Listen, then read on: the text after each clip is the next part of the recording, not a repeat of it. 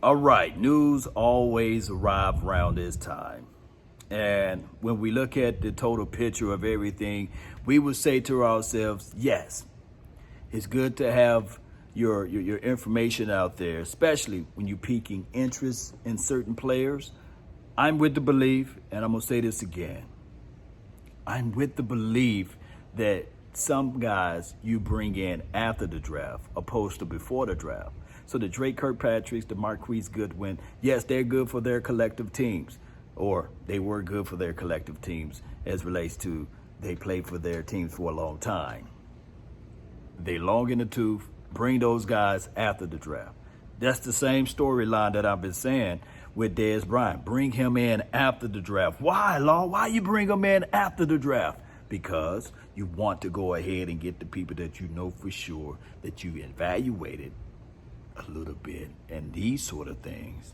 You don't want to sway your mind for people or for players that's really on the downward spiral, if that make any sense. Now the Christian Kirk situation, different. He's going into his third year, and if you want to bring him in before the draft and give up draft capital or trade or what have you, whatever it may be, then I would entertain that only on the hopes, and I'm using that word, and I'm prefacing my statement with the hopes that you can see that projection of him going upward. He had 40-something reception his first year, his rookie year. Then his second year, he had 68, close to 70 receptions. That's pretty good for a slot guy slash, versatile weapon who can do kickoff, punt returns, and beyond. So that's good. Maybe he's not fitting into the system of what the Arizona Cardinals are asking him to do, and that's why they putting his name out there for the trade blocks, and they sitting there looking at it like, hey, they got DeAndre Hopkins, they're going to draft another guy. This draft class is heavy. Maybe, just maybe. And he don't have a clean slate with the Cardinals because I think he got busted for something. And whatever it is, you guys can post or talk amongst yourself about that. But the football aspect of it, I think that he will be a good look for the Dallas Cowboys if they go the route before the draft. Now, the draft class, this 2020 season, as relates to the draft class, is loaded in wide receivers. Silly loaded. Oh my goodness, it's loaded. And you can think about this too, the defensive back play is loaded in those categories as well. So by this draft class being so heavy, by this draft class being a type of class that you can sit back and say, well, I don't want to bring in too many guys and miss out on some of this fresh talent. I would prefer for the Dallas Cowboys to bring in some of that talent after the draft. And we can look at Dre Kirkpatrick. We can go back and forth and say, okay, yeah, the guy had 10 interceptions, which was pretty good. 10 interceptions in his career. Somebody can say, well, no, that's not good. But for the Cowboys standard, that's good, right? His best year in 2016, he had 3. And I think he had another year that he had 3 interceptions. He'd been plagued with injuries, and he just been that guy that somehow when you look at his collective, career path, you can say that he's on a downward spiral. Now, the Marquise Goodwin, he had 12 receptions last year for 49ers land for 180 yards. I think that we can get a lot of that from a Tavon Austin, Big Tay, however you want to call him. I think that he can flip the field and steal, and I think that Tavon Austin, with this new coaching system, I think that you will probably get more out of him opposed to a Marquise Goodwin, who I can say he is a speedster. Both of the guys are a speedster. But give me the guy that I know for sure that I can at least say with this team, he got some chemistry with the quarterback. He got some chemistry with Kellen Moore. Give me that guy opposed to the Marquise Goodwin or what have you, if that make any sense.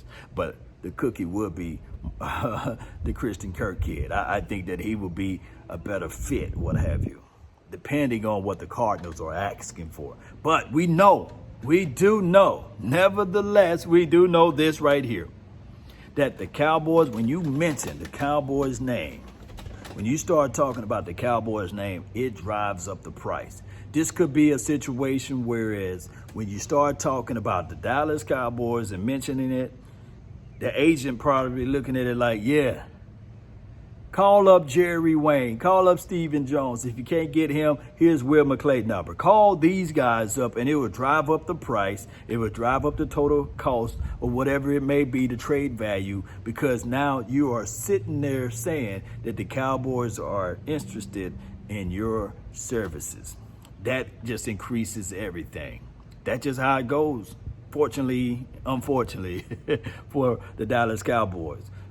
When they mention the Dallas Cowboys name as an interest piece, everything else rise. It just goes like that, you know. And it could be a situation where it's Stephen Jones or Jerry Jones. I may doubt Jerry on a lot of things, but I do not doubt Jerry as it relates to marketing, as it relates to promoting, as it relates to, hey, selling you the moon is made of cheese.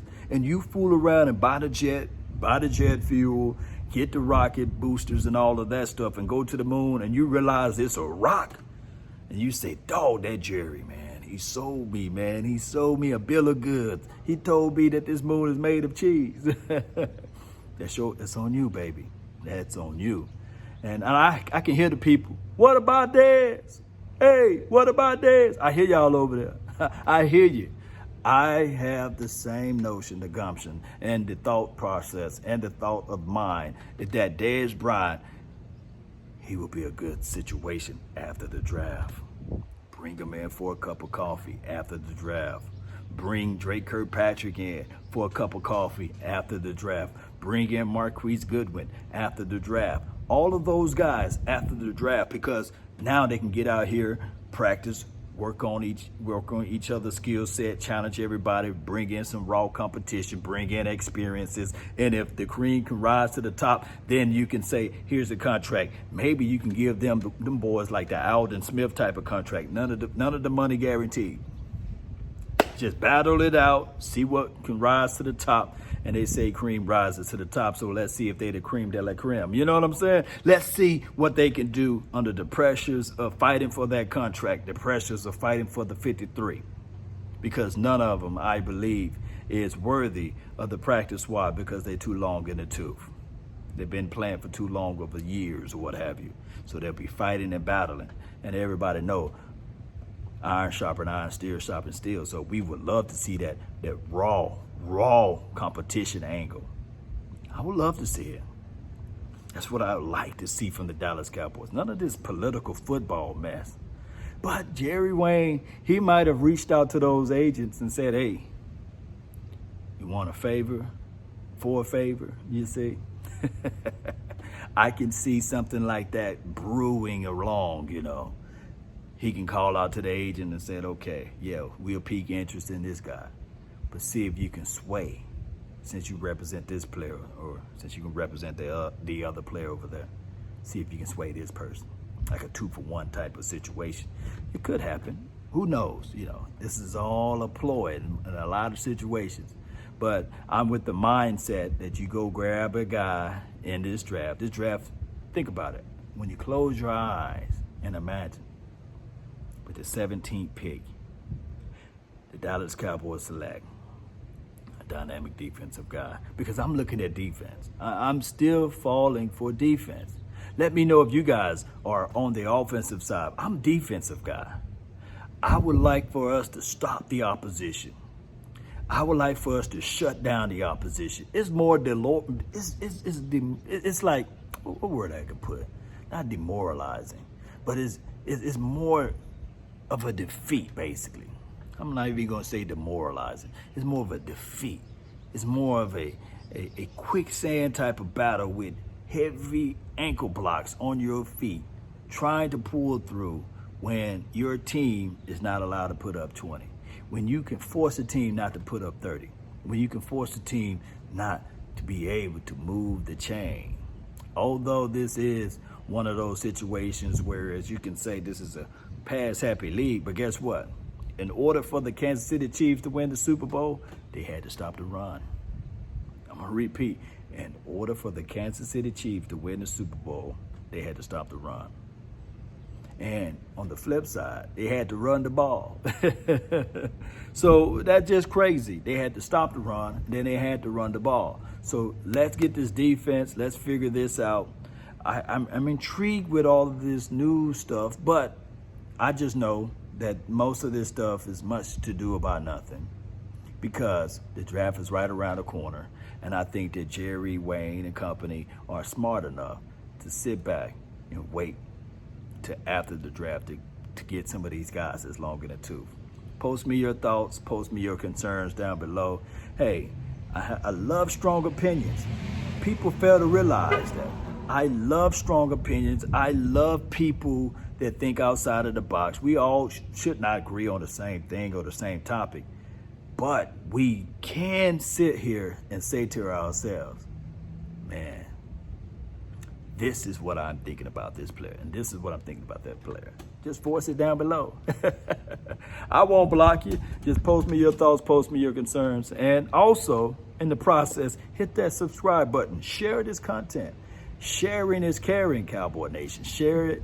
If you're on my Facebook feed, share it, share it, share it. If it's 100 views, it should be 100 shares. Share this thing all the way out and hit that notification bell because I go live on various times. There's no rhyme or reason to my time frame. That's been my time. I really thank you all for yours. And remember, you're listening to nothing but the best. Let's go. Salute.